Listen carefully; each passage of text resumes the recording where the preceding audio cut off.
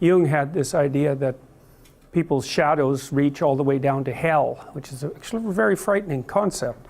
And what he meant by that is that if you take a look at the impulses that drive you that are actually malevolent, if you can admit to such impulses, that if you basically follow those all the way down to their origin, you find some very nasty things. And what you find down there basically is what allies you with people who've done terrible things.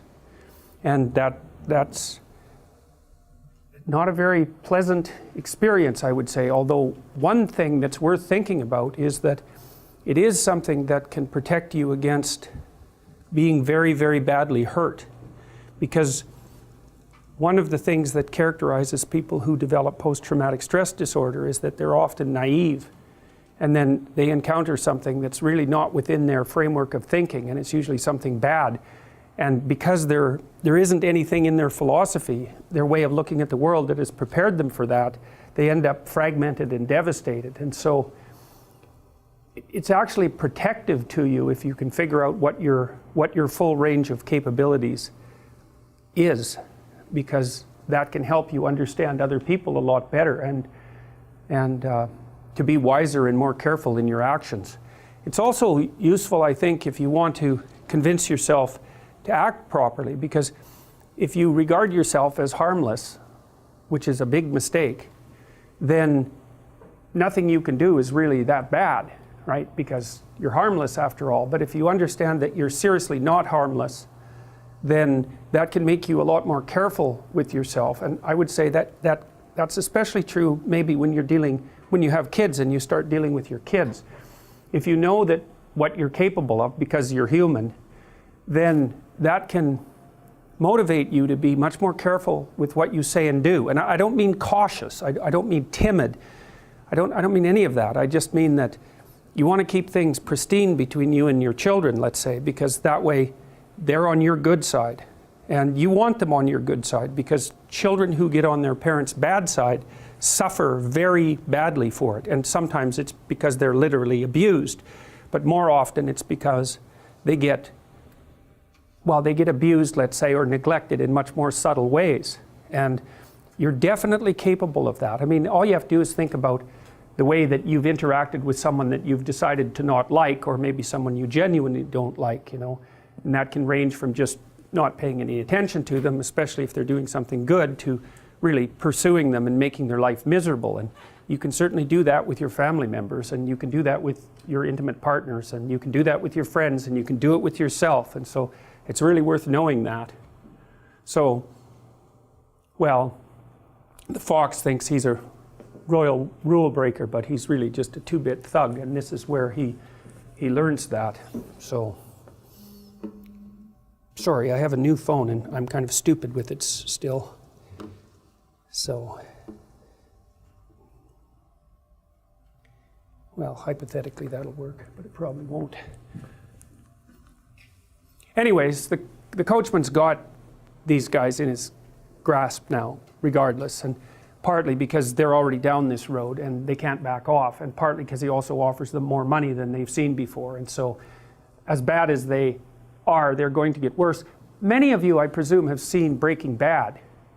And that's a really good example of the incorporation, at least in part, or maybe the possession by the shadow from the Jungian perspective, right? Because you have this ordinary high school teacher who really thinks that he's an axe, and his family as well. Like your typical persona, roughly speaking. He's just a normal guy.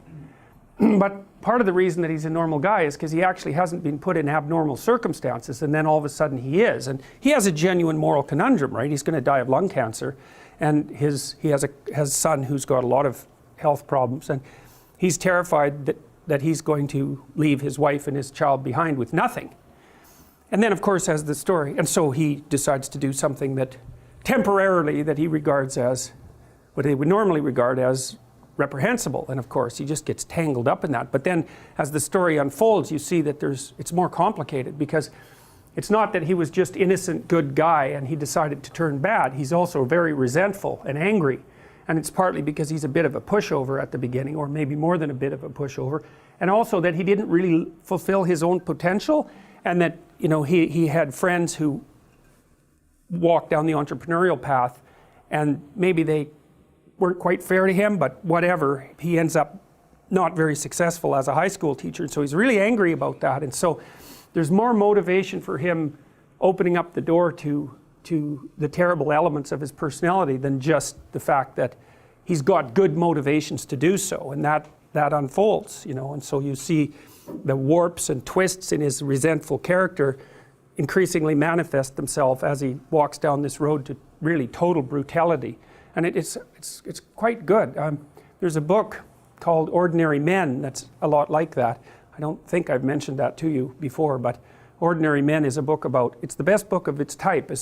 Maybe it's the only book of its type. It's possible, but it's plotted much like Breaking Bad in some sense. It's a story about these German policemen in the early stages of World War II. And they were guys who were old enough to be raised in Germany really before the Hitlerian propaganda came out in full force. You know, if you were a teenager, say in the 1930s, you were going to be pulled right into the propaganda machine, and maybe you were part of the Hitler Youth, and like you were raised in that, you know. But if you were older, then you were raised before that, and you're not as amenable to propaganda once you're older than about, well, I would say about 22 or something like that. It's pretty young, actually. If you're going to make a soldier, you have to get a soldier young, because once people are in their early 20s, say, they already have their personality developed.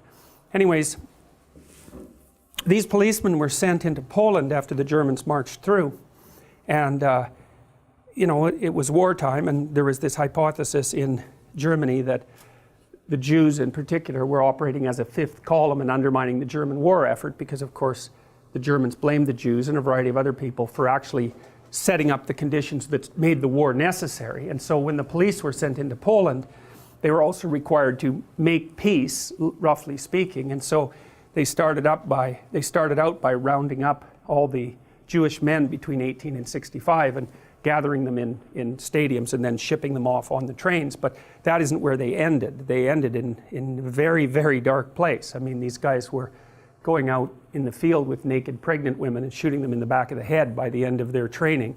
And what's really interesting about that is that their commander told them that they could go home at any time. So this is not one of those examples of people following orders. And the reason they didn't, roughly speaking, there's many reasons, but one of the reasons they didn't is because they didn't think it was comradely, so to speak, to leave the guys they were working with to do all the dirty work and run off.